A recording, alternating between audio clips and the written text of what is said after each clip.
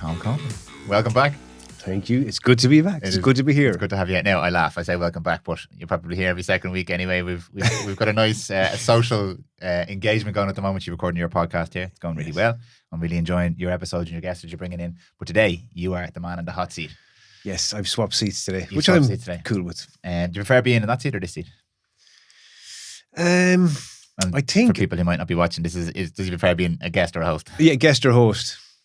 I'm more comfortable in the guest seat. Okay. Like being a guest. Yeah. Hosting, it's something I'd love to work much harder on because I feel as though I have a lot more to learn being a host. As a man who is very, very comfortable talking to people, you do a lot of work from stage, you do a lot of work with people. What are some of the challenges, this is a completely off topic now, but what are some of the challenges that you have encountered with this format, with like the interview style, the podcast style, that you want to work on or get better? So like it's, you learn different skill sets as you go on in life and business. I learned how to speak, and that was crafted by a few experiences in my life. You know, the first time I'd done it, I was terrible. I was nervous as hell. I was shaking. I just wasn't good at engaging, speaking. And I learned different skill sets, and then I started to apply them, and I became confident, and then I became competent. And then I put down the reason for my success now is that I can really highly engage an audience, and I can give them some really useful practical tools. Then I encountered the world of radio. I started going on radio and had a really bad experience the first time. And that kind of frightened me, and it was terrifying. It was terrifying. And gradually I've got it better and better and better. And I feel as though now I'm competent. You can put me on live national radio, which I am on regularly. I was on yesterday, I think. But it's a skill you learn, right? And like this is part of the learning about all of this stuff, including sleep, by the way, is understanding that, like, I know now in my older years, I don't kind of think, oh, well, he's good at that, that's him. I think, oh, that's a skill I can learn. That's a skill. So again, here we are in the podcast setting, and it was something I had to learn. I had to learn how to use my voice. I had to learn the cadence of how I speak. I had to learn so much. How to stop saying, and I'm sure I'm still riddled with those. And also, I suppose, when I was put in the seat as the host, I listened and I cringed, actually, because I am there, and I learned this from you now, which is amazing. I'm in the background going, and that does not sound good. Yeah, it's just a different context. I find it really interesting because I work with a broad, diverse range of people with different experiences and backgrounds, and so much of your experience professionally lent itself, because I gave you this feedback. I'm very, very honest with my feedback, because anybody who works with me knows, but I gave you the feedback after the first few episodes we did together, and not me, myself and yourself, but you and your guests, that all of those skills were really bringing such interesting nuances out of the guests. You were asking questions I wouldn't even think to ask because of your experience with people. And it was just the format that was slightly more challenging, because when we have a normal conversation, you would say, and you give that positive reinforcement to someone to let them know you're interested and to let them know you're listening. The difficulty we have with this is that there's somebody else listening to us. So they want to hear what the guest is saying, and they don't want to hear me or you in the background agreeing with what the guest is saying or adding sound effects. And there's just small technical things that are like quite specific to this format.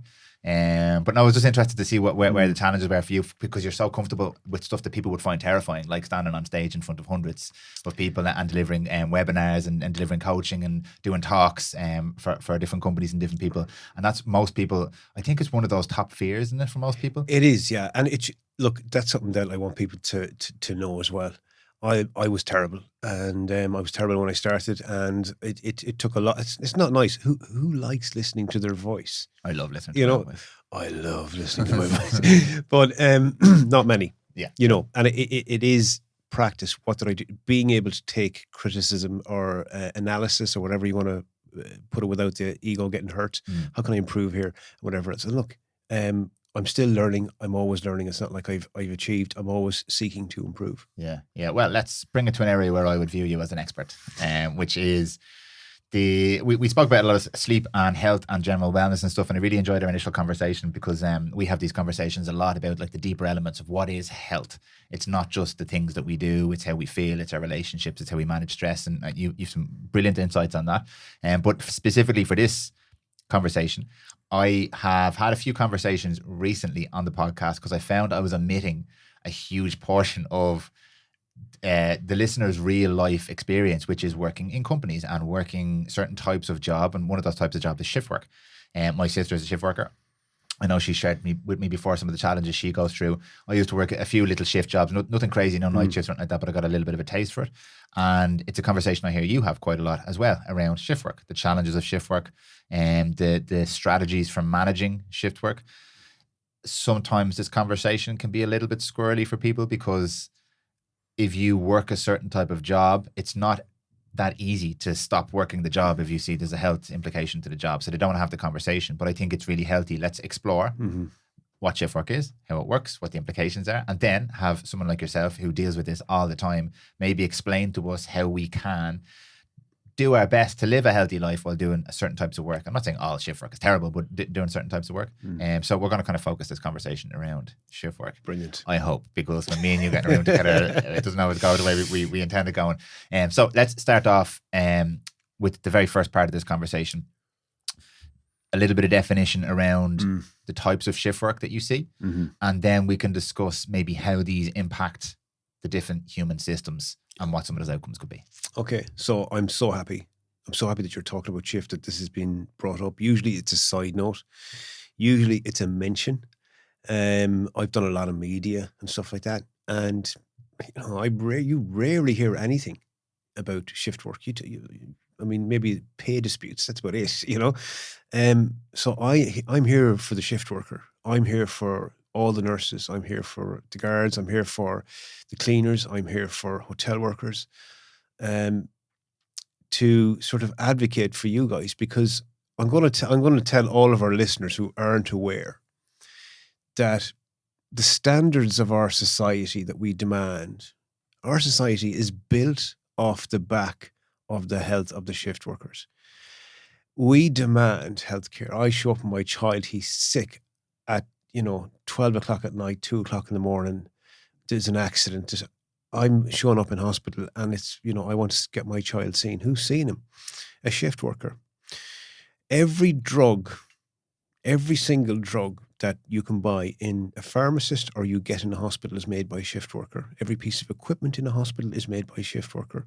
Every person working in a hospital is a shift worker. Surgeons, consultants, nurses, cleaners, physiotherapists, all of those people, it's a 24/7 operation. I call into the supermarket on the way here. I want a coffee. I want a croissant. If I don't get a good croissant, I'll go back and go, this isn't fresh. I demand a fresh croissant, right? This food was made in the middle of the night. Some guy got up. When you're going to bed at 11 o'clock at night, some guy was getting up and he was making that. Other people get up and they drive. I've done a lot of work with companies, with drivers, Musgrave, DHL, State Line, a lot of different driving companies specifically. They're putting their lives on the line, delivering food for us, our society. Again, if the trucks stop moving, food supply runs out pretty damn quick. Within 24 hours, the supermarkets are empty. All of that supply chain is basically run on shift workers. As 9 to 5 people, we don't think about that. We don't think about the shift worker. Look at the stats. I think I've seen up to about 20% of the Irish workforce, they're shift workers. I've seen other stats in it's higher. It's higher in certain countries, but certainly 20 to 25% of the workforce is involved in shift work in some manner. And if we want clean streets, if we want to stay in hotels, if we want a policing service, the policing service cannot shut down at 10 or 11 o'clock at night, if we want healthcare, we have to rely on the shift worker. So let's give them some kudos, some respect, and let's see if we can support them a bit better. Very well said. Absolutely, very well said. With all of that in mind, and you are here for the shift worker, what are some of the unique challenges that the shift worker faces that we don't face as non-shift workers? So the first thing to say is there are challenges. It is difficult. It ain't easy. Now, I learned a little bit about this. I go to a lot of multinational organizations, manufacturers, pharmaceuticals, and I talk about shift work. And, some of these guys have been working shift 20 years, 30 years. And who's this guy coming in, like this supposed expert telling me, I've been involved in research on sleep in corporate Ireland in 2019. I've worked in sleep for 10 years. Prior to that, I was working in nutrition, health science, health and well-being. So I'm involved in some way. I'm qualified about 16 years. But who is this guy coming in? And the line that brings him on side for me is like, I actually was a shift worker at one point, so I know what it feels like. So I worked in a hospital and I'd done the 12, 13, I think it was 13-hour shifts at the time. And I used to do or late shifts, early shifts. Sometimes it was split shifts. It is incredibly difficult because it contravenes everything about you. You are a diurnal creature. Everything on this planet, every system, every plant, every organism, every animal, every human has had to devise a strategy for two completely different environmental conditions, completely opposing. Where we have complete darkness and cold, and then we have bright. That's a theory anyway. You wouldn't say in Ireland, Bright maybe. morning, Yeah. But we've had to adapt to two different ecosystems and environments and conditions and everything else.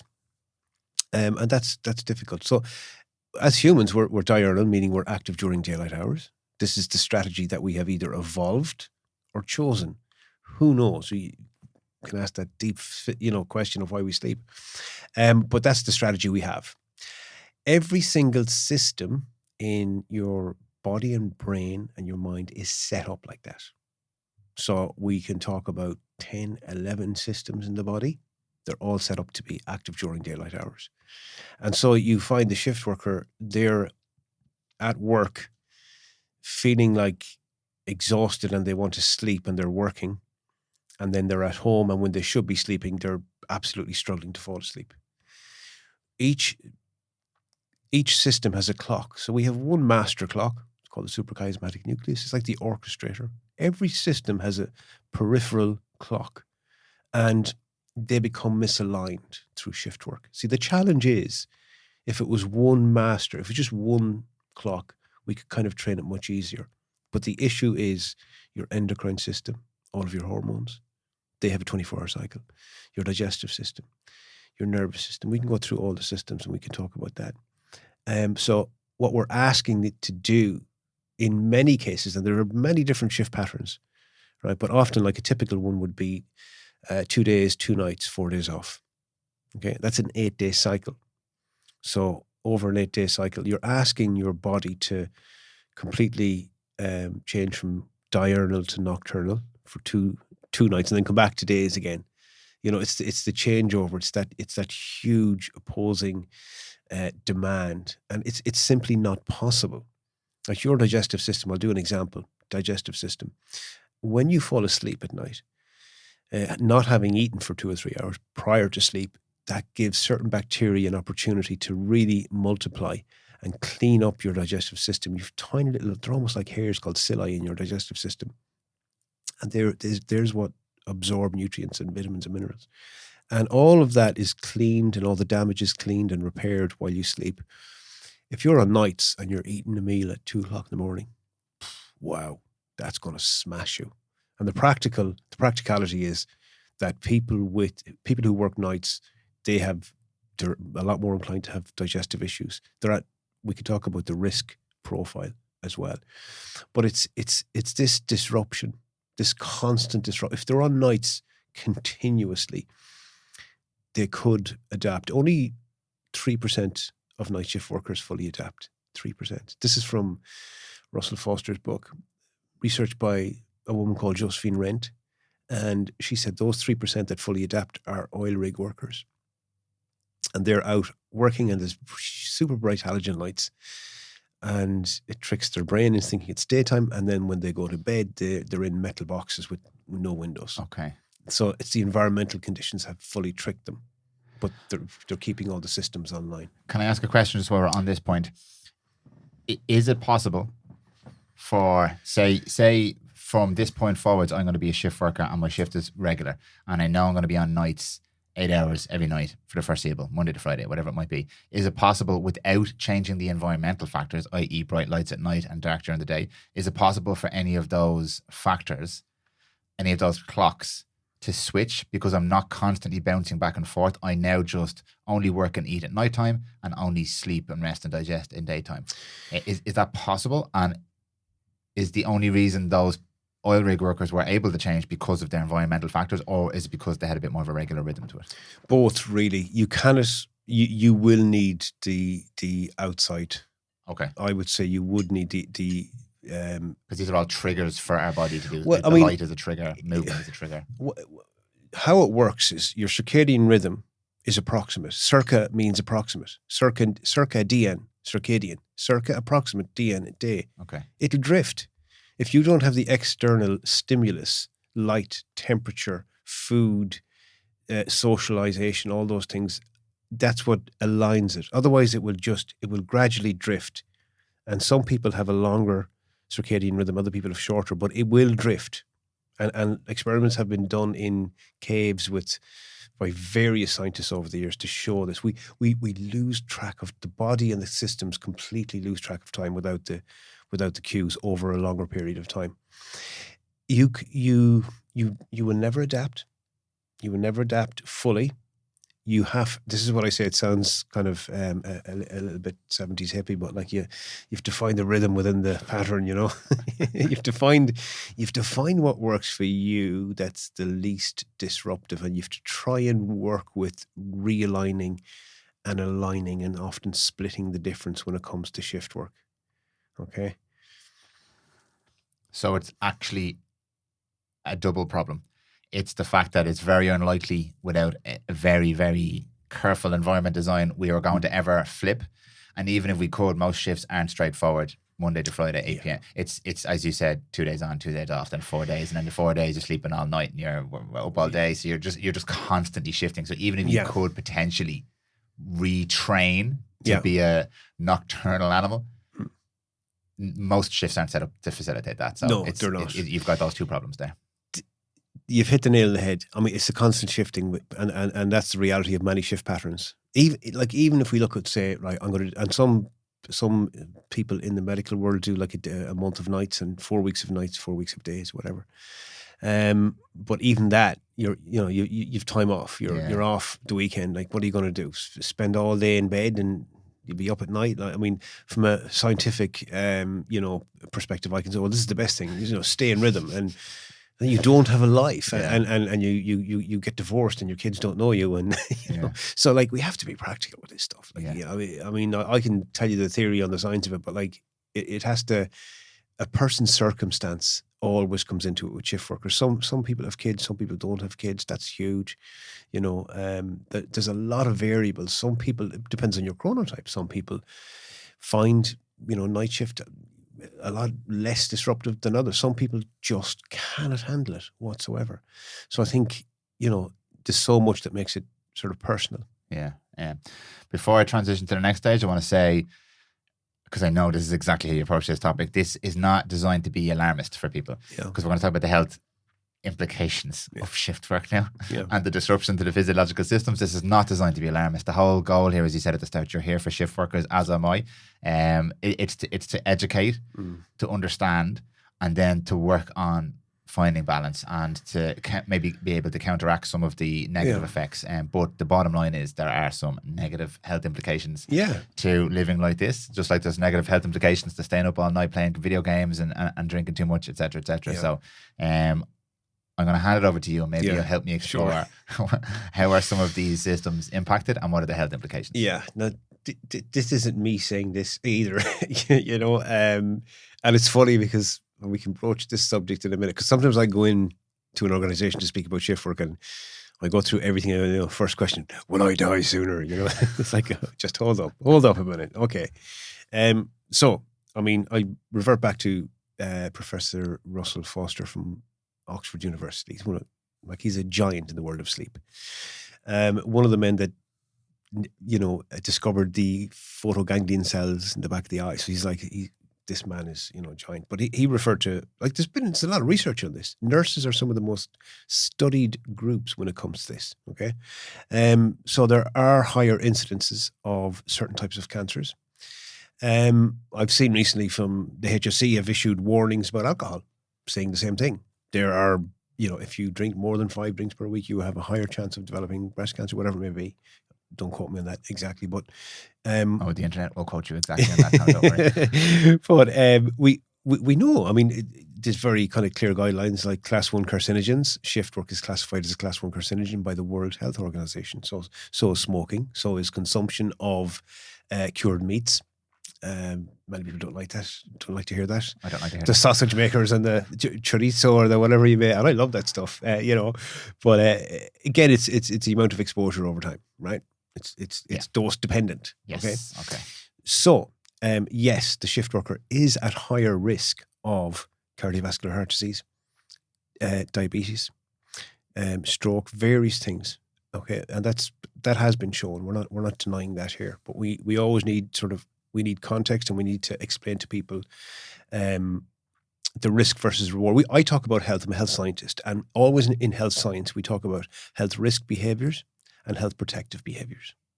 Now, many people might zoom in on the one thing that they can't change or won't change in their life, i.e. the shift work. And a good example, my brother-in-law,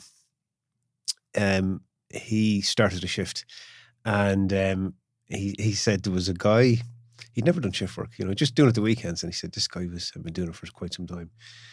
And he said, he's in the canteen, and he's eating all the deep fried yellow food, the burgers, the chips, all that kind of stuff. And he's outside smoking away. And he's got the cigarette in his mouth, and he's going, that shift work will kill you.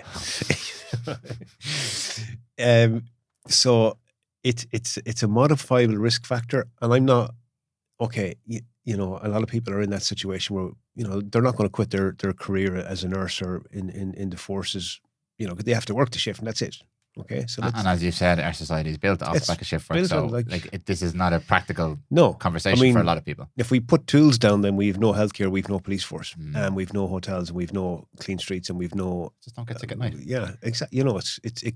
We revert back hundreds of years basically without shift workers. So let's deal with the reality here. Okay. My advice to shift workers is this. I say to shift workers, your choices inside and more so outside of work have more of a consequence. Okay. So we want to try and reduce the health risk behaviors like sedentary lifestyle, sitting down, smoking, alcohol, the obvious ones. Because that's what I sometimes, hit back at people and say, well, do you drink? Ah, right. Okay. Well, there's something that you can maybe reduce. Do you smoke? How often do you exercise? All of these things. So we reduce the health risk behaviors and we increase the health protective behaviors. Again, like exercise, like eating decent food, like stress management, all of those things. If you're not doing those, if you don't have a plan for those, then, of course you're going to be, your risk exposure is going to be higher. And again, this is sort of population-based stuff. We can't always, it's not individual as well. Some people may be more susceptible, other people may be a lot less susceptible. So I'd always judge it on a kind of individual level in terms of looking at the person, the family history, which is obviously hugely important when it comes to health. The reality of your day-to-day life. Have you young children? Have you, how disruptive is it? Your chronotype, all your age, all of those things. We never can adapt. We don't get better at it as we age. Okay. So we can't adapt, because you're constantly disrupting the systems.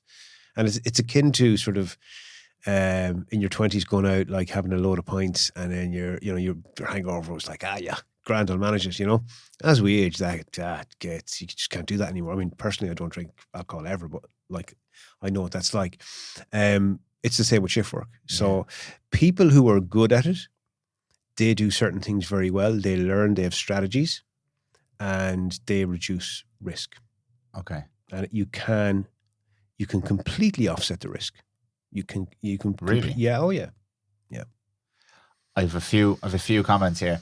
One, I can see how all of the things you mentioned, like alcohol consumption, poor food, exercise, all of those things are also disrupted by doing shift work, because the chances are you're probably not eating optimal food because you're having whatever's in the canteen and stuff like that, or you're eating at night and maybe your hunger signals are different and your brain is craving more sugar, and there's all these different sub symptoms of doing shift work and having poor sleep and disrupted circadian rhythms. Your body is not in an optimal state, so you're probably not going to be able to do those things as easy. You can't go to the gym as much because you're awake between the hours of 10 at night and like 8 in the morning or whatever.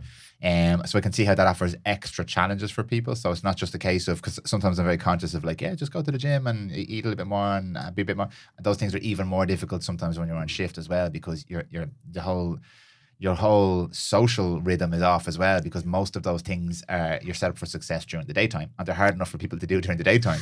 And now you have this extra challenge of you're working at night and you're sleep deprived.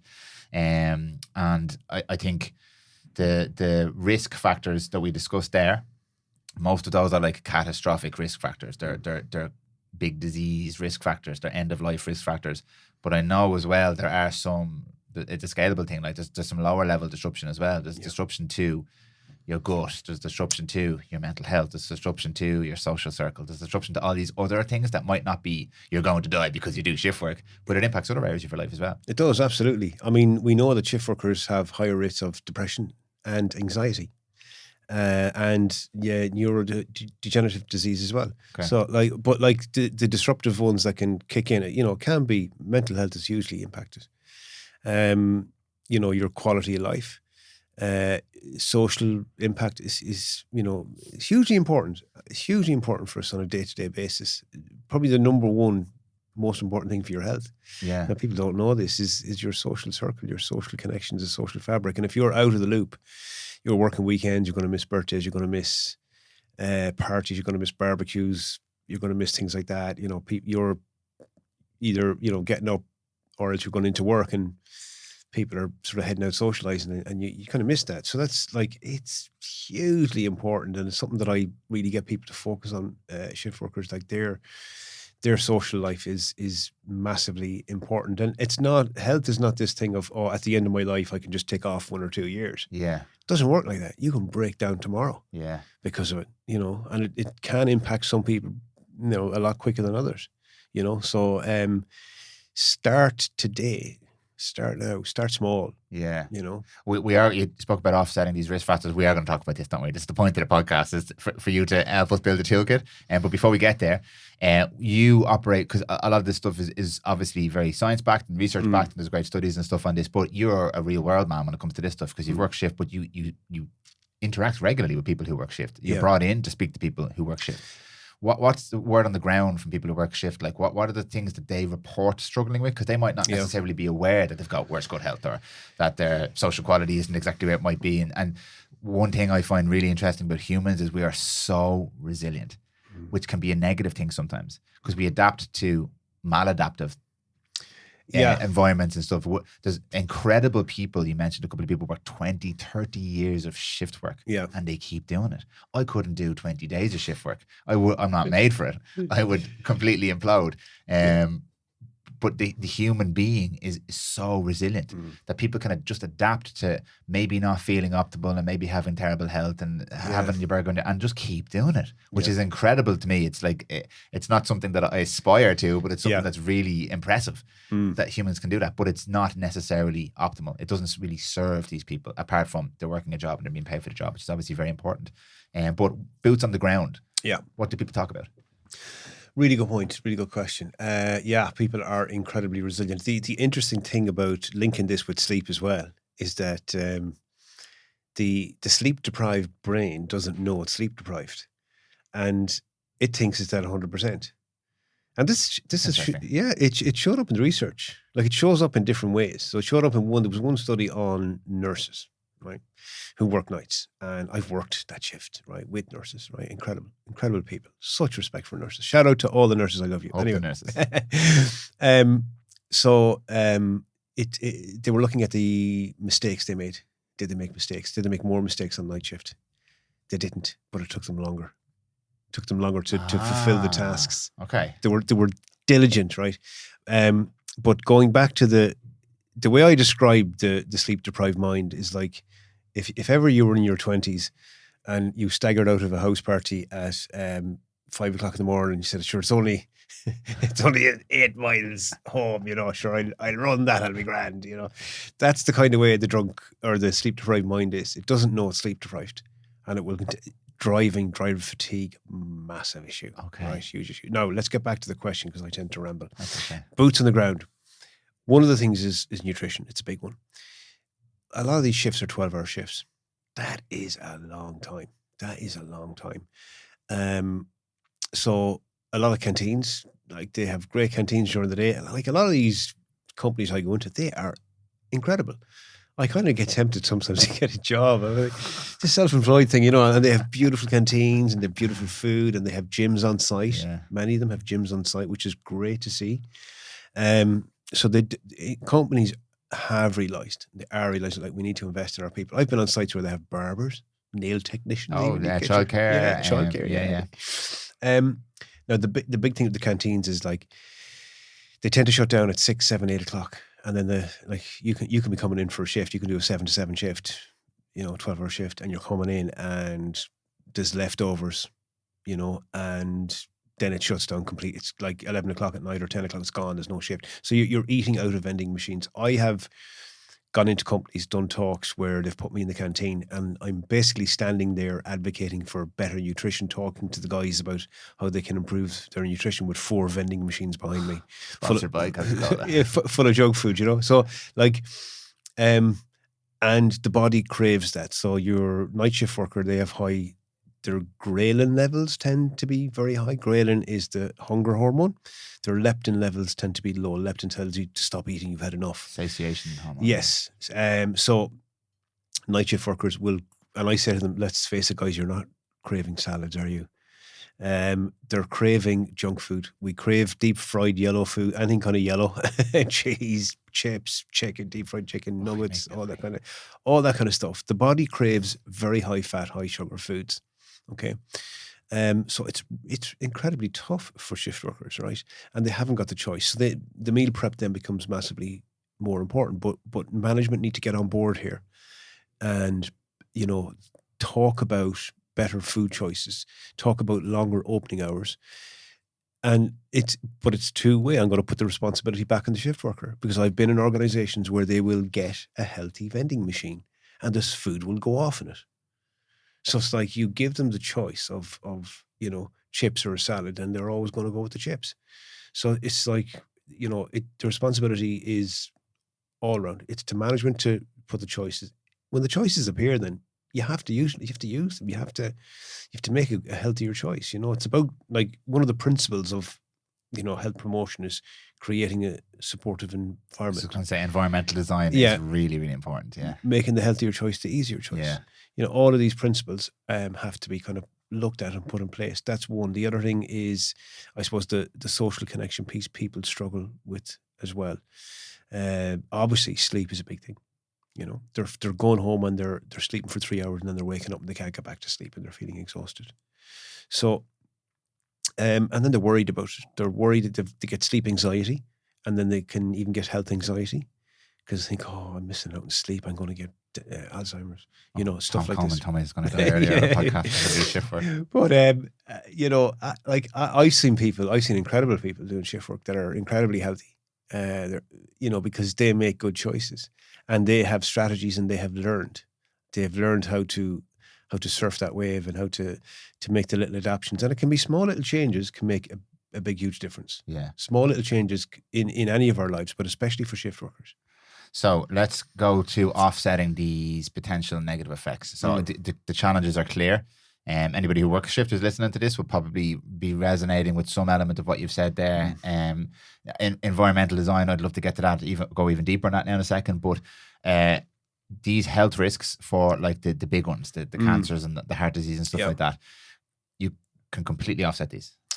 I would say so. It is. Look, I'm a numbers guy. I'm a health science guy. Yeah. You're an evidence guy. Evidence based.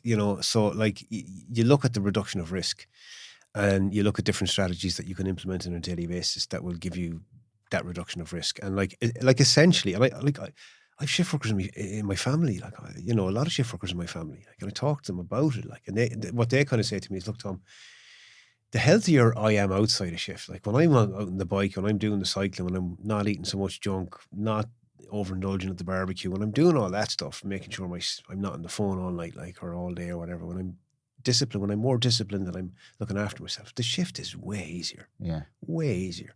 But when you negate that stuff and you make poor choices, then the shift then becomes hard. It's like health is a spiral down or a spiral up. After you go for a walk or a run, your next food choice will be better. And it continues and it goes on. And, that's kind of the way to look at it. So you look at the health protective behaviors that you can do on a daily basis, like exercise. The people with the greatest risk, the people who are least active, get the biggest return on investment in terms of risk reduction when it comes to exercise. Professor Niall Moynihan, the leading man in Ireland on cardiovascular well-being and physical activity, huge reductions in the big ones that I talked about: cardiovascular disease, cancer, diabetes, stroke, massive risk reduction. And again, the people who are least active get the biggest reduction in risk. So exercise has to be key. Learning when and how much, dose, and how often. Obviously in your 12-hour shifts, less, lower intensities, less volume. On your days off, that's where you can increase the volume a little bit. But like you schedule it out. Your success will depend on, in nutrition, in exercise, in your mental health, in your stress management, on how much thought and planning you put into it. Because otherwise you're just floating along. You're on survival mode. And you see this with a lot of new shift workers. They go into the job and they're like, this is great, getting, great money, manage the shift, be grand. Like, and they can kind of go along and get away with it for a certain amount of time, burning the candle at both ends. Yeah. And then bang, then they're in, they're wrecked, they're fatigued, they're sick, they break down, all of that. So you have to learn the strategy. So the strategies are, like, we look at the food. This is dependent upon how many days you've done. Okay. So I mentioned 2 days, 2 nights, 4 days off. That's an 8-day cycle. So we look at the 8 days, and for 6 of those days, I'm on days. My body and the systems are on days. So I'm going to try and keep my digestive system on days. And how you do that is you eat most or all of your, not all, but I'd say the majority of your calories before 12 midnight. So you could be getting up. Now, if I'm doing a night. This is on your night shift, obviously. On your nights, yeah, on your night shift. Not So your like, day shift. no, I'm getting up, I'm going to bed. Hopefully I'm getting up maybe 12 o'clock in the day, maybe 1 o'clock, maybe 2. You won't be able to sleep that long, I would say. But anyway, you get up and you have a good breakfast. You're active, but you're not overly active because you kind of have your day and then you go into your shift. Yeah. It's kind of the other way around. Like most people get up and they work. And then they have their exercise afterwards. Yeah. Yeah. So it's kind of the other way around. So you have to energy management. And I always talk about energy management. Energy management over the day, the shift, the week, the month. Crucial that you get your head around this, your energy management. So I look at my diary for the week. I'm doing a lot of driving. If I see spaces, I'm immovable. I'm doing nothing, or I'm going to the gym, or I'm sitting in the garden, or I'm doing whatever. So coming back, planning out your food, you can train your digestive system. So you front load the calories. If we look at calorific intake, your most important numbers are over 24 hours. And this thing with protein, like protein is great snack, the highest satiety, brilliant. Your overall protein numbers are what matters. Doesn't matter. There's no such thing as a post-anabolic window. No such thing. So you can eat all your protein or whatever in one go, or it won't make a difference. But what I'm saying is, if you're strategic with your food, you can have snacks. You can have high protein snacks if you find yourself with cravings. You can have complex carbohydrate snacks if you find energy is an issue. Stop eating 10 or 11 o'clock and then you snack. You can have a couple of snacks. Now, the health, well-being and sleep advice, there are different people out there, different sleep experts, whatever else. It's completely different for a shift worker. And often they're kind of lost. Shift worker goes, I'm doing this shift. What do you recommend? Right? Because you can't go to bed at the same time and get up at the same time. Yeah. You know, don't eat 3 hours before going to bed. Like my advice for a shift worker is like, maybe you're eating an hour before you go to bed. Maybe you are. Maybe the advice is, yeah, eat something. It'll help you sleep. Okay. Because if you've starved yourself, if you've gone without food from 12 midnight until 6 a.m. and you fall asleep and it's bright out, your body's thinking it's daytime. I haven't had calories in 8 hours. What the hell is happening? Your body will wake you up. Yeah. So like the strategy for a shift worker is entrain your system to front load the calories and have a couple of snacks. If you find yourself struggling, have a couple of snacks, drink a lot of water. Caffeine takes 8 hours for half of it to be gone out of your system. Research has showed that eating an apple will give you the same perceived energy boost as an energy drink without the downside. So strategize. There are going to be slumps in anyone's circadian rhythm, including 9 to 5. There are slumps. Okay. So you strategize for slumps.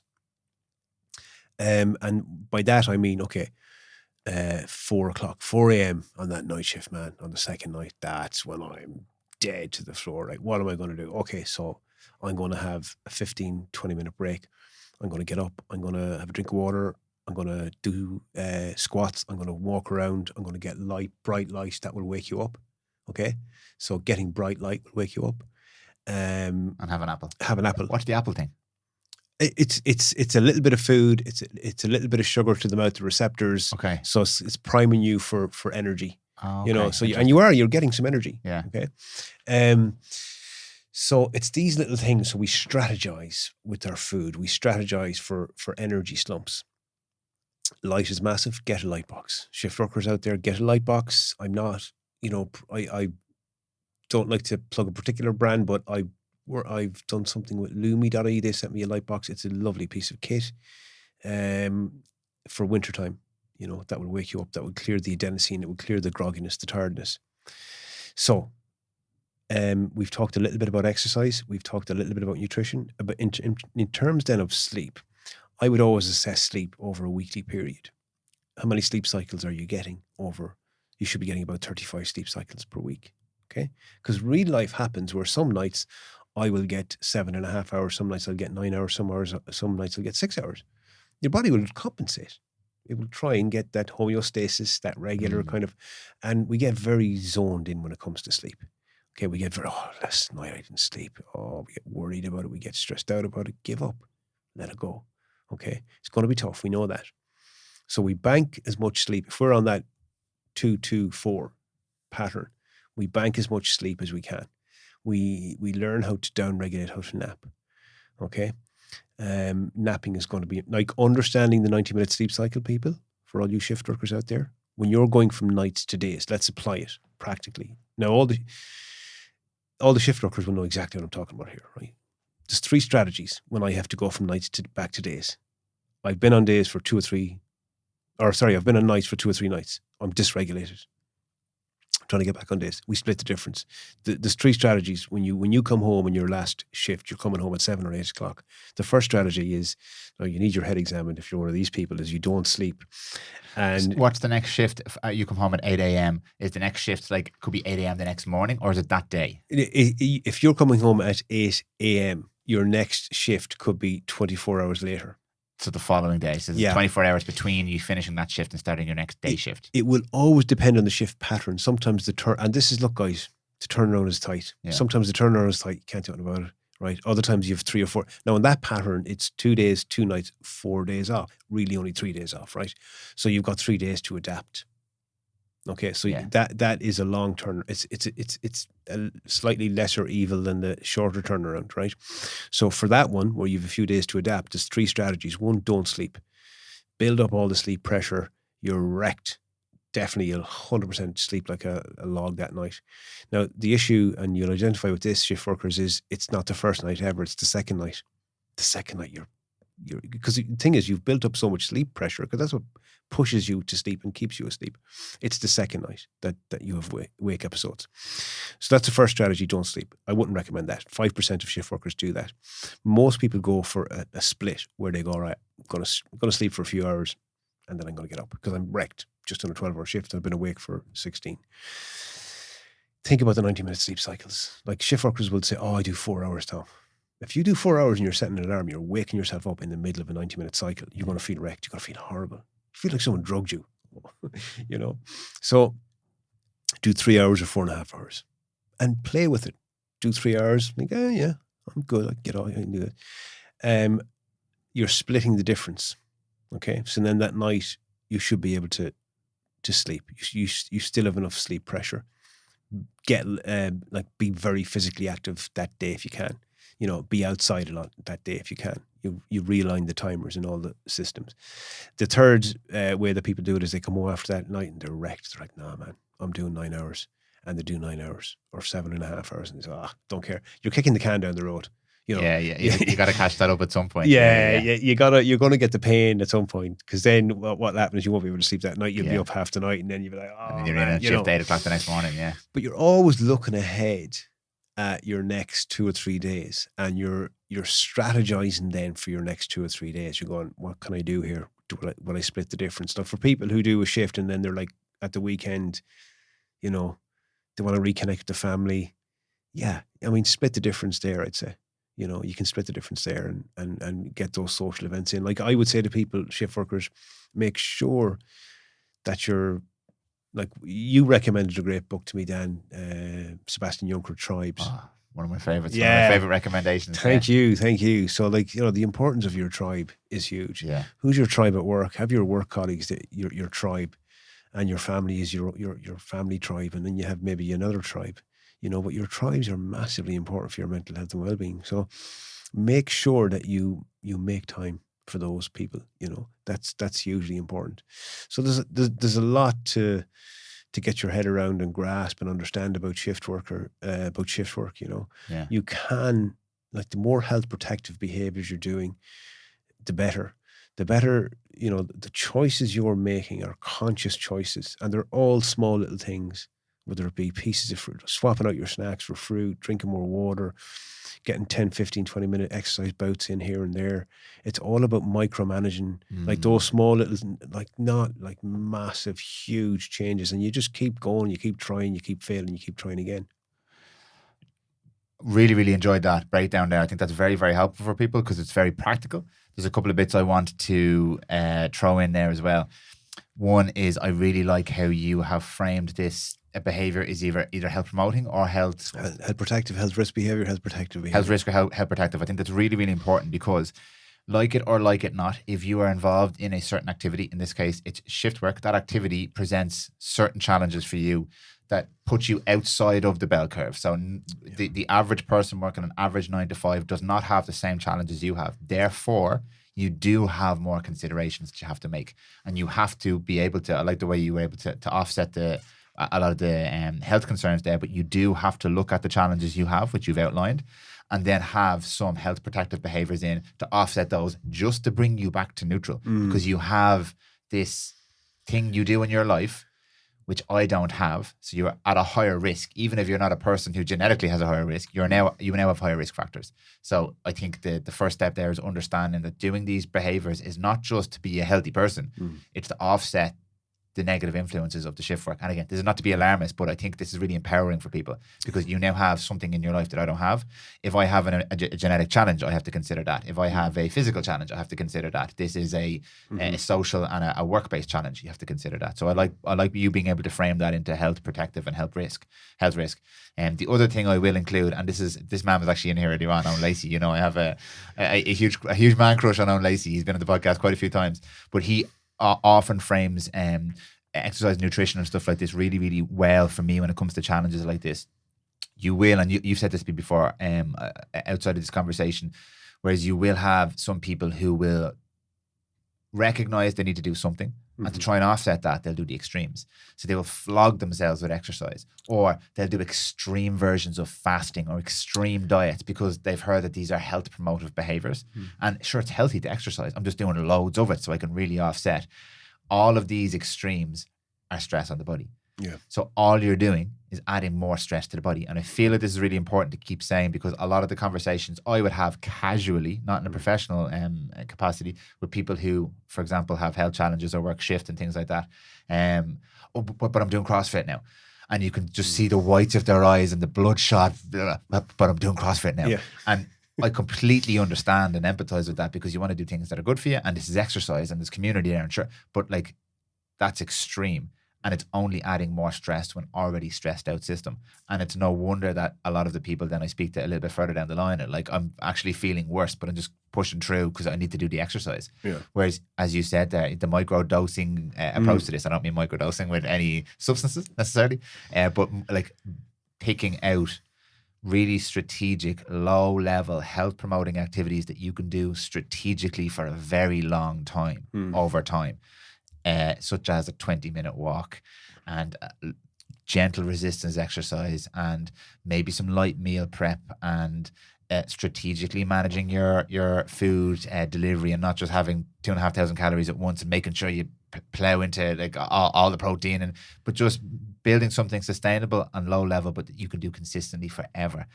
They are by far, they're easier to do, number one, because you're not having to go through extremes, but they are, in my experience, by far the most effective and impactful on health.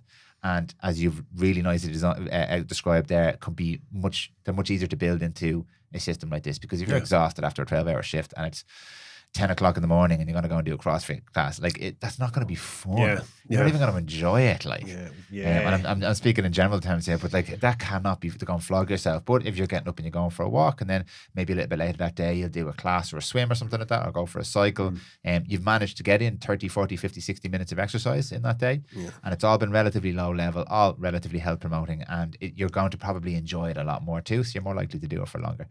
So that's just a constant reminder for me when I hear of, okay, now we have to do things to offset.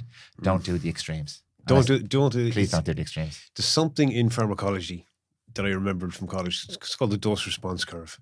If I give you X amount of X drug, the response in the body will be this.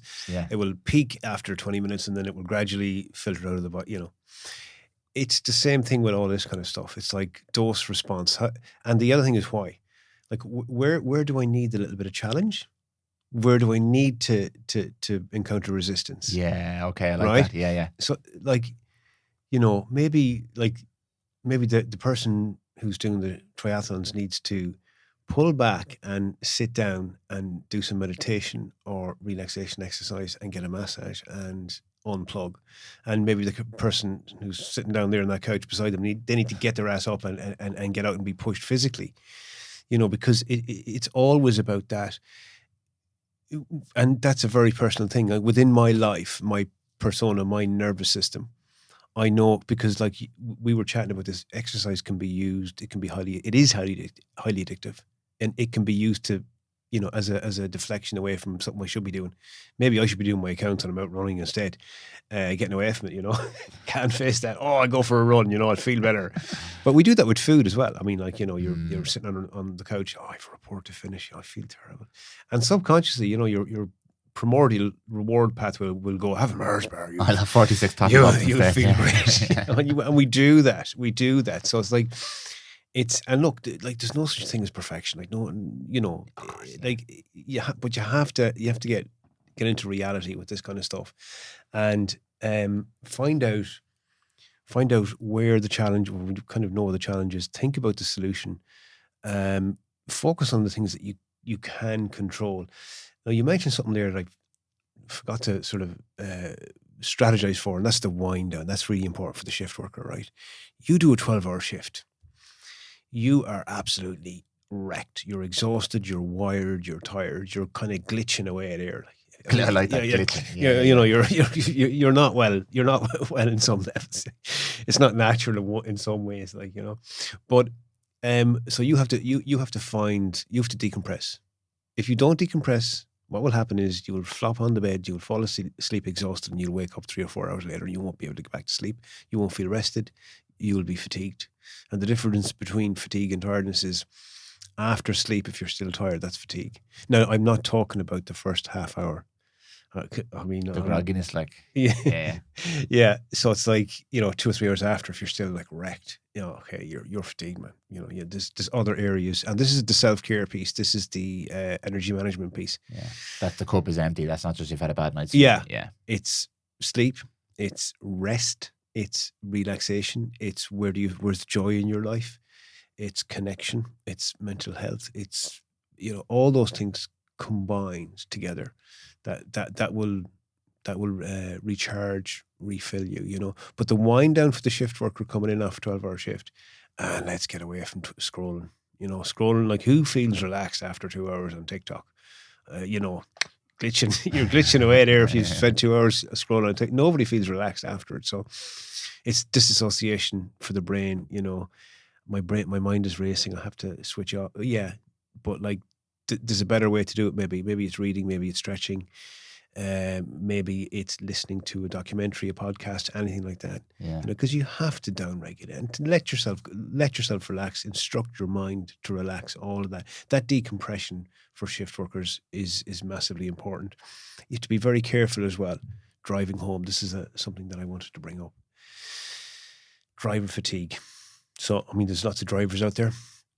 Probably driving right now. Listen to this. Yeah, listen to this, guys. You know, you have to be, yeah, again, unique challenges, you know, in terms of stress management, exercise, food, you know, again, they're unique challenges for you guys. But driver fatigue, you know, I don't know how many accidents, 3 out of 5. Road Safety Authority have published like frightening stuff on this.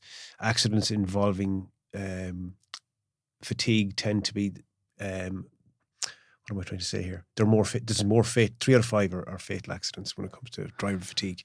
I am going to completely just randomly guess here, but maybe because you're falling asleep and pulling across the road and having head-on collisions or something, or you're at full pace, or I mean, there's no the other thing that can happen is something called micro sleeps. I've had a few of them. Yeah, micro sleeps. So they are uncontrollable. You've no control over them. Yeah, now, that's where you fall asleep for like half a second, 2 seconds. You don't even know what's happened to you.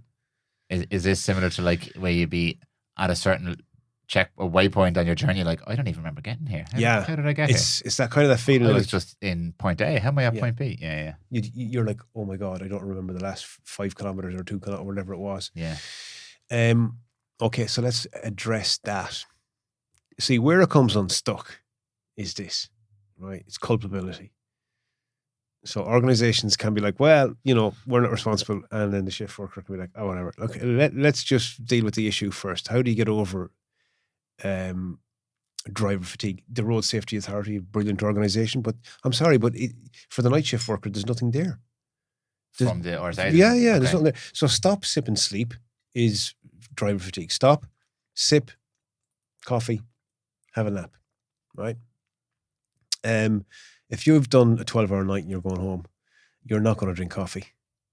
Yeah. We all know you get in the car, you're delighted you're leaving work, spring yourself, jump in the car, first 10 minutes grand, and then you hit traffic and you're like, oh, hit the M15, you're like, oh. Or else you're just plodding along and you start to space out, you know, and drive fatigue hits. So there's, I mean, what are the non-caffeine recommendations? Anything that will push adrenaline into your system, norepinephrine or adrenaline to the brain, SEHT, anything that pushes those catecholamine substances into that will stimulate you, that will wake you up, that will make you sharper. Cocaine. Yeah. I'm worried about the solution. Yeah. So it's like, how do you get that? We just had one there, laughter. Okay. Yeah, laughter. Because I mean, like if you're cracking up laughing, do you feel tired ever? No. I never thought about it, but I'll trust you on that one. Yeah. I mean, like the next time you're cracking up laughing or whatever, you know, you get this energy. Why? Because there's adrenaline being pumped into your brain, your cerebral cortex, and you've adrenaline in your body as well. So laughter is great. Gaming, like what I'm talking about, is like a ping pong table. And you're in competition with someone else. Okay. Right. So it's like physicality. You got a bit of hand-eye, you got a bit of thinking, bit of strategy, bit of Yeah. Okay. So like anything that's physical, because it's a form of stress, it will push SHT, will push maybe a little bit of cortisol, but like not so much cortisol, because you're not getting the massive stress, but you're getting the movement. Yeah. And you're getting the energy. So again, you don't mean going out trying to hit your PB for Olympic lifting or running 100 miles. I mean, it can be, oh my God, like you're driving, you're thinking, oh no, I feel tired here. That can be pull over on the side of the road. Do a few bodyweight squats. Do some squats on the side of the road. Now listen to me. loud radio and window down doesn't work. Yeah. I met a guy from the Dublin Fire Brigade. He said we find loads of cards with the window down, radio on, and they're like conked Jesus. out of sleep. Yeah, or in worse condition. The funniest one I heard was a guy in the Middle East said like the roads over there are very long, and they used to get like a sandwich bag and fill it with water and hold it in their mouth. And they're driving along. Oh, because if they fall asleep, they drop it. Yeah, they drop the water on their lap. Yeah, That's mad. I think I've seen a few people in the M50 with that after they've been to my talk. I think it's a different type of bag. Yeah. So driver fatigue is huge, right? Now, I've a talk on driver fatigue. I've been in the space 10 years. Two companies have got me to do the driver fatigue talk. And I think that's down to culpability. They go, well, if I turn around to you and go, I don't feel safe to drive home, whose responsibility is it? Yeah, that's an interesting conversation. And it's like, we have to get over these things, people. We have to not be afraid, and we have to be reasonable. Yeah. And, I would urge anyone, so laughter, a bit of exercise, they will give you a window, but nothing will get rid of fatigue. The only thing that cures fatigue is sleep, is like tiredness, that driver fatigue that I'm talking about, not the chronic fatigue. Yeah. But the driver fatigue will give you a window. So anything that alerts your brain, it will give you a window. So you have to consider how far away. Yeah. How far away I'm living from my work. Is this decision going to cost me my life on the road home? And unfortunately, Dan, it has. It has, yeah. It has. I know at least 2 nurses who lost their lives, and I won't name them, but they died in head-on collisions on the way home from a night shift.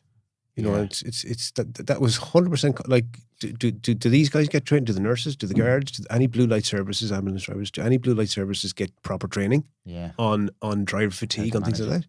Some ambulance guys they're half an hour left in their shift, and they get sent to Athlone or Dublin or Mayo or someplace. Yeah, I mean, we're talking here about people driving home from shift. There's many shift workers whose job is driving. They're professional drivers. And they're in the car all day, or in the van, or in the truck, or in the ambulance, whatever it might be. So that's a real challenge for those people. Now, I know some of those situations might be high adrenaline, but delivery people, like in the small hours in the morning, and they're doing multiple deliveries and stuff like that. This is a real challenge. And even outside the shift, this is something I've dealt with, coming home from different places and stuff like that. So it really is a real and unique challenge. And I'm trying to think, like, from a practical point of view, outside the culpability situation, like, if you're living. And I've even thought about it, like, because most people are like, I'm not going to pull over on the side of the road. But if you live 20 minutes away, you can do your squats before you get into the car. Well, prime your system. Look, I'll tell you what. Look up the proximity of where you live to crashes, and the vast majority of crashes happen within 10 kilometers. Yeah, my dad it's the last. I'll push on. I'll make it. Yeah, like we do that. I'm nearly there. Pull over. Trust me. Pull over. Have a bottle of water. Do some squats, go into the shop, go into the bathroom, splash some water in your face, do whatever you have to do but don't be like, I'll push home, because you could. That's the place where you're most likely to be involved in an accident. So, like, there needs to be more awareness. There needs to be more input here from the government and from the Road Safety Authority on creating a strategy that workplaces can implement for their workers. And that might be an awareness station where they're leaving work. It can be a couple of ping pong tables. It can be even there's research there into smells, into like putting smells out through the thing that will smell and salt. Yeah, smell and salt. And you go there now and slap them on the back. Carpooling. Yeah. Have a policy. What's your policy there? If I'm like, I can't make it home, I need a lift. That you have, like, do you have sick days? Do you have driver home days? Do you have taxi? I don't know. But like, we need to look at that. That's another. It's an important conversation anyway. Yeah, absolutely, 100%. Let's do a little bit then on, before we wind up, on culpability and conflict. I asked you, was it okay to speak about this? So we're going there. But you literally get brought in to companies whose workforce are based on shift work to talk about the dangers of shift work. How is that conversation managed in those environments? Yeah. Both from you, from the people who, again, I'm not the person to demonize the big bad business owner. I'm a business owner, not at that level, or the corporation or like that. I think these are all organizations where the vast majority of people are trying to do their best. Sometimes they're not. Sometimes there's other incentives. But in most cases, I feel like if we're bringing in Tom, we're trying to make something happen here to a certain degree, maybe. But what's that like for you to go into a workplace based on shift work and say shift work's going to kill you guys. Yeah, I know it's interesting. It is, because like I've been on every end of that scale. Like I've been into places where there's guys there 30 years and they're sitting there with their arms folded and they're, who's this fella coming in with a suit on him talking about shift? What does he know? And like I've literally started the talk and I get this like like, oh my God, so the culture is like, they might be fighting with management over something or whatever, it's like, that shift work will kill you. And, I get, like, sometimes I'll go through all of these actionable strategies and then at the end, like, the hand goes up and I go, die, question, yes, question. Am I going to die sooner? So like, here's the thing, like we have a collective responsibility. We are living in and we demand and we are going to continue to live in a 24-hour society, 24/7 society, okay? And we have to take responsibility for that, okay? Shift workers, it's your chosen profession. You might be in a situation where you feel as though you can't, because I've said to people, it is a modifiable risk factor. You can quit your shift work job. Now, I don't go in with that approach. I go in with a different approach. But like, that's the be all and end all. If someone is like absolutely, well, you can find a different job. You can find a different job. I'm sorry, you can. No, I've had people argue with me about that, but like, you can. Okay. But also to our original point, everybody can't leave their shift work job. Yeah, everybody can't. So there's context around so, it. Yeah. Yes. So, okay. My approach is that of empowerment. So there's a pathway. There's a pathway for successful health promotion. We raise awareness, we educate, and then we start to get behavior change and we start to get different outcomes. Okay. And that's positive, but we must implement a program to achieve that. Now, my issue is sometimes organizations will parachute me in to do a 1-hour talk once a year. And that's it. That's that box tick. Well, we sorted the sleep issues out with 45 minutes for 600 people. And we actually put it on during the day by mistake, so a lot of the shift workers couldn't make it. So could you just send me over a flyer, So like the shift workers, they feel not heard. They feel not, well, I'm here to say that I'm listening to you guys, like, and we need management to put together a strategy for them that covers the year. So maybe we think about having various talks. We think about strategizing for like do a talk for shift workers on exercise and physical activity, outline that, do one on nutrition, do one on mental health, do one on sleep, do one on driver fatigue. And we align their wellness calendar that way. And then they feel like, okay, there's a coherent program here to help me deal with the challenges. And we involve the canteen. And I've worked with companies and chefs and stuff like that where we've come up with options on the menu and, but it's about having that conversation because we can focus on one aspect and we can focus on the risk or we can focus on the money or we can focus on any one aspect and we're not going to get anywhere doing that, pointing the finger. But what we are going to do is if we can kind of sit down at the table and have an open and honest conversation. And for anyone involved in shift work, it's to maybe talk to your manager about that and talk to fellow staff about that and say, look, I feel as though we need a bit of support here. Maybe it's on the food side of it. Maybe it's on the mental health side of it. Maybe it's on the driving home side of it. Whatever side of it is. And then it's up to the management then to take that on board. And I'm sorry, but a generic sleep talk is not good enough. And, popping someone in who knows a bit about sleep and getting, as I said, the advice for the shift work is so different. I've done an episode with Dr. Claire Corish, and I quoted Dr. Corish's work. She's the only one who's actually looked into nutrition for shift workers. And I had a chat with her after. There's a real lack of information out there just on that one element. So we need to support them better. They will be healthier. Their outcomes will be better. Our society will be safer. There'll be less sickness that's the way to go about it. So to have the conversation and to talk to each other too, for these guys to have their tribe at work, that they're able to utilize EAP services, to talk to each other, talk to the management, even reach out to me. I've got lots of talks on lifestyle of shift workers, nutrition for shift workers, stress for all of those. And I've spent the last 10 years working in the area. And I've consulted for HSC. Just recently done some work with the Royal College of Surgeons, helping them with a fantastic program they have for supporting nurses. I've worked with the education sector in schools. I've worked with, so it's out there. It's hard to get. It's hard to get, but it's highly specialised knowledge. And it has to practically fit in these people's lives. No point in me coming in here. Yeah. And I've had that where I've gone in and I've done talks and people go, sure, that's all right for you, but like, it's still hard. Of course, I know it is, but like, nothing will change if we don't implement some change in personally and at that level. Yeah, and I know I've said it probably twice already in the episode, but I want to say it again. It's important to acknowledge that this is a challenge. It's a specific and unique challenge, is the language you use there, which is great. And if you want better outcomes, we have to be able to have these conversations and acknowledge that this is not just, I just do shift work. This is not just another thing we do. It is a unique challenge that presents specific risks that are measurable, that have been researched, that to some degree have been ignored a little bit. Yeah. But it is possible with awareness and with education. It is, and like I feel like, sorry to interrupt you, I feel like the HR professionals, like they have a tough time of it. Like HR professionals are 80% more likely to burn out because they're getting demand from every side. Yeah. They have to look after all the people below them, all the people, the mid-manager level, they have to look after everyone. And they are just like, so they have to look after themselves first, right? But like, they try their best. They do a lot for shift workers. And the shift workers do feel like scorned and left out of things.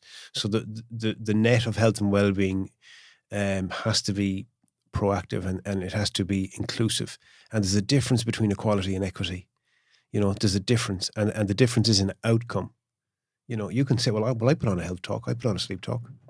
But did you put it on at 2:00 in the afternoon when the shift worker is at home asleep in bed? Did you meet the people where they're at? Yeah.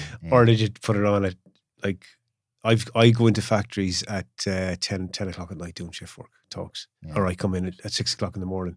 The irony being the sleep guy is sleep deprived, standing there giving them a talk. The other thing I want to touch on for shift workers is what are you taking? I'm worried about your solution here. What are you taking? Okay. And I have come across, because people will ask me about supplements. We all in terms of like melatonin and in terms of melatonin, in terms of sleeping tablets, in terms of stuff like that. Like in terms of people use liquid solutions to help them fall asleep, wine or beer or whatever it is, alcohol. I've met people like that. And I'd worry about that. That's not a great solution here. So, and people do tend to like just tell me a tablet. I'm like, it doesn't work like that, right? It doesn't work like that.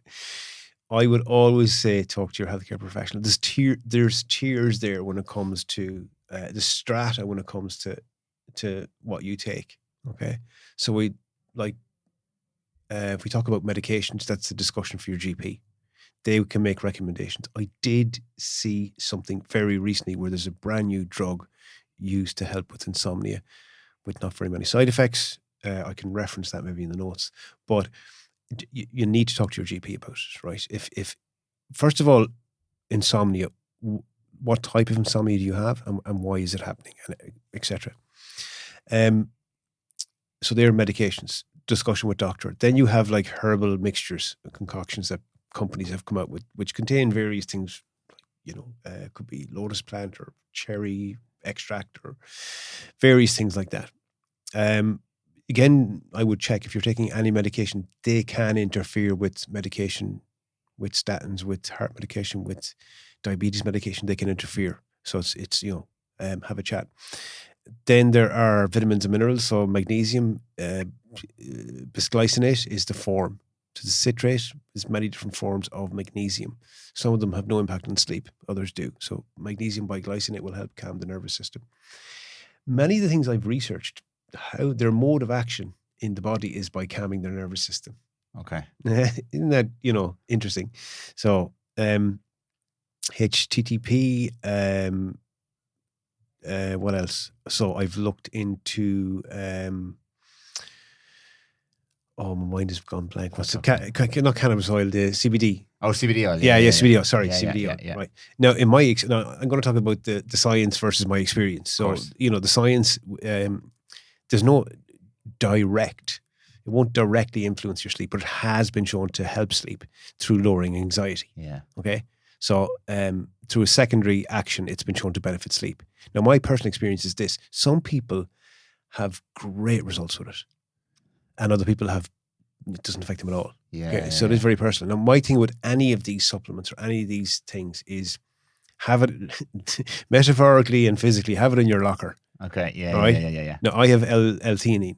Right? Yeah. L-theanine, fantastic. It's an amino acid, no side effects, has been shown to improve sleep quality, keeps you asleep for longer. Actually helps balance out some of the negative effects of caffeine and stuff as well. Boom. There we go. Yeah, it's fantastic, right? I advocate for that, and magnesium biglycinate, vitamin D in the winter especially.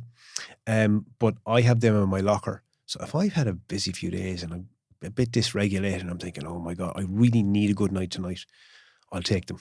Yeah. Okay. And I get a fantastic night's sleep. Okay. But I don't take them every night. Yeah. Now, there's other things you can get. There's over-the-counter medicines like Nitol. That's a first-generation antihistamine. Okay.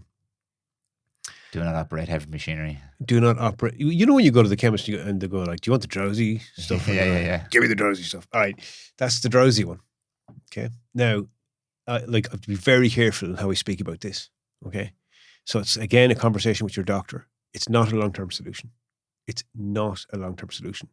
First generation, that's a first generation antihistamine. Some people have to take them every day, antihistamines, and they're fine. They're not first generation. Yeah. Okay. Professor Russell Foster in his book talked about the negative impact of taking a short-term medicine like this. And again, that's why I worry about people. It's like, because you become desperate for sleep and they'll take anything to switch off. Dependent on it as well. And some of these things are addictive, even if they're not addictive in their substance, they're addictive in their outcomes and the behaviors. Yeah. There's a psychological addiction Yeah. and there's a physiological addiction. Yeah. Now, I've looked up the journal of I can't remember the name of the journal, but there is also a physical addiction. Okay. You become, and there's tolerances. Yeah. Your receptor regulation, so you become more tolerant. So it takes more to get the same downstream impact. So all I'm saying to you people is this, right? It's like all of the lifestyle stuff, the exercise, the light exposure, the stress management, the down regulation, all of that stuff before the supplements. I mean, the supplements complement and they can help, but nothing you take is going to, if something you're taking is just going to knock you out, it's going to have, it will make you unconscious. It will not necessarily give you health promoting sleep. Yeah. Matthew Walker described it as a blunt instrument. Yes. It is a club across the head. Yeah. Club across the head. We don't want that. A club across the head is healthy in the long term. It's probably not. I think I approach this from a non-expert view, but I approach this, any health issue, including this, with a kind of a tiered approach. Tier 1 is the low-hanging fruit. Now, important context to this, people get real upset about this. Yes, there are situations where going for a walk, doing breath work and eating food is not going to have the desired effect if you're too far along, you have specific health concerns, if something's really acute. So I'm not saying all of the lifestyle stuff fix everything, but it's low-hanging fruit, and it should probably, for 80% of us, be the building blocks for anything we are pursuing in a health situation. For example, with shift work and sleep management, whether you are taking the medication or not, it's probably a good idea to do all of the health promoting activities, like we said before, and have a nice strategy there to form the foundation. If you're not doing them, it's a big jump to go straight to what's the supplement's going to send me asleep, or even further, what's the medication that's going to club me across the head. And those tools are very powerful. If you have all of your ducks in a row, or a lot of your ducks in a row, and it's outside your capacity to do more lifestyle stuff, then yes, the supplements can be a beautiful complement, but that's why they call them supplements. I would talk about this from a training point of view as well. They're to supplement what you're already doing. They are not a solution, because magnesium will not put you asleep. But you prescribe the belief that it'll help down-regulate your nervous system a little bit. And if that could be enough, combined with your lifestyle factors, to give you some nice healthy sleep. And it's going to be health promoting, because you're not taking this to send you asleep. You're doing all these different things, and this just helps bring you back down to a level. Boom, clicks together. And then yes, there are situations, like in most situations, where you might need a doctor's intervention and you might need medications. But that is only, in my opinion, to manage an acute situation that's causing serious health concerns, and to give you a window to maybe work on the other things and implementing better health strategies. If you're still doing it in 6 months or 6 years, that's probably something to have a little look at. If it doesn't change, it's a choice. If it doesn't change, it's a choice. People don't like hearing that, Tom. People don't like hearing that. That's pushing the dog's nose into the pea. That's exactly what it is. It's salt in the wound, pea in the nose. And I get that. Look, I get that. I'm human as well, and we all fail at things, and we all reach for solutions maybe at times that aren't the best that we kind of know it, or there's short-term things that we do that aren't great for us. But like, it is important to like, all of this is framed by mindset, Dan. Yeah. Like it doesn't matter what I give you or tell you or whatever else. If your mindset is, I'm wrecked, I go down for a few pints and that's it. You're like, okay, like, what can I do for you? I can't do anything for you. Like, open your mind to but despite what what's the dialogue? What's the inner dialogue? What's the narrative for you? What's the narrative? What's your narrative? What are you telling yourself here? Like, don't get sucked in, like, zoom out, or keep it in the next hour or the next day. Like, that's a big one for people. I say to people, look, because we all like catastrophize, and we all like, oh my God, no sleep last night. I have to go in, I've managed a meeting, and I've 12-hour shift ahead of me. I'm going to be wrecked. And sure, that's way down there. All you have to do now is get in, get your food into you, and get into work, and then see how you feel. And the assessment then, oh God, actually, my head didn't fall off. Like you said it at the beginning of this conversation, we are resilient. We are incredibly resilient, but we've gone soft. We seek comfort. We seek comfort to get away from the lives that we're not happy with. People don't like to hear that. They don't like to hear that. And I agree with you. I talk about this a lot too. I do agree with you 100%. I'm on board with you. I'm also trying to develop my empathetic and compassionate side too, because as we've discussed, shift work environment is set up for failure. So this is a message of empathy. And this is a message of respect and admiration for people who do shift work. But it also doesn't negate that message of, we have a responsibility. And maybe I have a responsibility. I'm not one of these people who thinks I have a responsibility to address every problem there is with humanity in the world, because I just think that's highly impractical, and I don't think it works. But I do think we've said it. We build our society on shift workers. People in my family are shift workers. People in your family are shift workers. These are the people who take care of us when we go to the hospital. Yeah. These are the people who provide our food and our infrastructure for us. We probably have more of a responsibility to shed more light on this, to have conversations around this, to support people who want to change. I don't think I've ever met a person who doesn't actually want to change, because I would say they don't want to change because their actions demonstrate that. I don't believe that. I had a discussion about this before with somebody else. I think they are victims of the environment, victims of their behaviors, victims of the world we live in. Yeah. I don't think they're victims, but I think those things are working against them. And if I have space in my head or my mind or my world or my day to maybe be able to support that, I view this conversation as one of those contributions. Yeah, this is why I wanted to have you on, because you're doing this work, you're contributing, you're helping, you're providing information, you're educating, you're supporting, you're empowering, which is the best word. I love to use that today. So I want to be part of that as well. I'll do my little piece for that. We'll have this conversation. But it's both.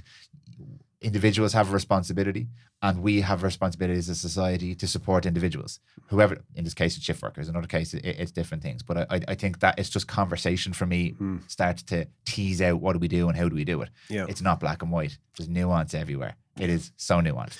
You said it then. It's not black and white. It's not easy. No, it's not easy. No. And the other thing to say about any of this stuff that I talk about, it's the same as any other health or lifestyle stuff. Like, give it a chance. Give it 6 weeks.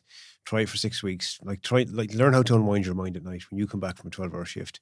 You might listen to something, let go of the day, let go of the shift, let go of the problems, let go of your hopes and dreams, your fears. Train yourself to do that. Learn a simple technique that you can do, and then practice that every night for 6 weeks. The first 10 times you do it, your brain will be going, this is stupid. You're an idiot. Yeah. We have to sometimes move away from how we feel and how we think, and just kind of like, all right, okay, I'll give it a proper go. Like, any of this stuff will take time, will take weeks to do. But like, I do feel like we have a debt of gratitude to all the shift workers, because I see them, I meet with them, I talk to them. They're the backbone of a lot of what we take for granted and we demand of our society. We're entitled. Do you know, where's this Croissant is not fresh. Croissant again. Where's my tea? You What do you must mean? have had a bad croissant today. But it's just menial thing that we don't. We demand the best of service, Yeah. and we demand the best of security, and we demand the best of healthcare. Like, Without asking where does this come from and how without does it going, happen? jeez, do you know what? Like some poor person there. Like mothers are getting up when their kids are asleep to go to work. Do you know? And fathers are getting up and their children are lying there and they're missing out. Yeah, and then when Do the you kids know? come home, they're in bed because they're back Yeah. off the Yeah. shift. Yeah. So like it's time that we gave the shift workers the respect and the support that they deserve. You know. Yeah, and I'll probably add in there, it's most likely in most of our cases probably not a lack of respect, it's a lack of awareness. It's a lack of awareness. We don't actually understand what Correct. this is. Yeah. Tom Coleman, that was brilliant. Really enjoyed that. I always enjoy our conversations, obviously, but that was so practical, so useful, so actionable. It generated massive awareness for me. There's even bits in that not that I know a lot of things, but there's bits in that I wasn't even aware of as well. So I think mission accomplished with that particular conversation. The next question, the obvious one: can people work with you if they want to reach out? Can they ask you questions? Can they get involved? They can. I mean, look, I'll answer questions. I find it very difficult to have time for one-to-ones. Okay, but I will talk to people. I will come into your organisation, and I do so much work in the space. Be careful about what you're doing, where you're getting your advice from, your health advice. Watch out for stuff like that. But people can contact me, and I know your struggle. I feel your pain, and anything I can do to help that, I'm happy to do it. Gentlemen, your podcast is aptly named the Sleep and Health Podcast. I think you mentioned Dr. Claire Corrish there as well. The guests you're having on are fantastic because you're getting into some of these topics with experts in these fields. So you're having more of these types of conversations. You as an expert are having other conversations with other experts about these topics, and there's lots of stuff coming up in these conversations. I think is really good. So I'd highly recommend, if anybody's interested in improving their sleep or health, do listen to Mr. Tom Coleman's podcast. Pleasure as always. Same then. Thank you for coming on. Thank you for your time. Thank you for sharing all that beautiful information. Undoubtedly, we're going to do this again. So we'll have another topic coming up soon. But thank you very much for your time, and see you in the next one. See you in the next one then. You're a gent. Thanks for having me. Pleasure. If you are enjoying these conversations, if you like the podcast, please do me a huge favor. It really makes a massive difference. Whatever platform you are currently listening on, whether it's Spotify or Apple or something else, please do subscribe to the podcast so you never miss an episode. And feel free to leave us a rating, a review to let us know your thoughts about the episodes, about the show in general, and to let us know if we're doing a good job and if you like what we're doing. Really, really appreciate it as always, and I will see you in the next episode.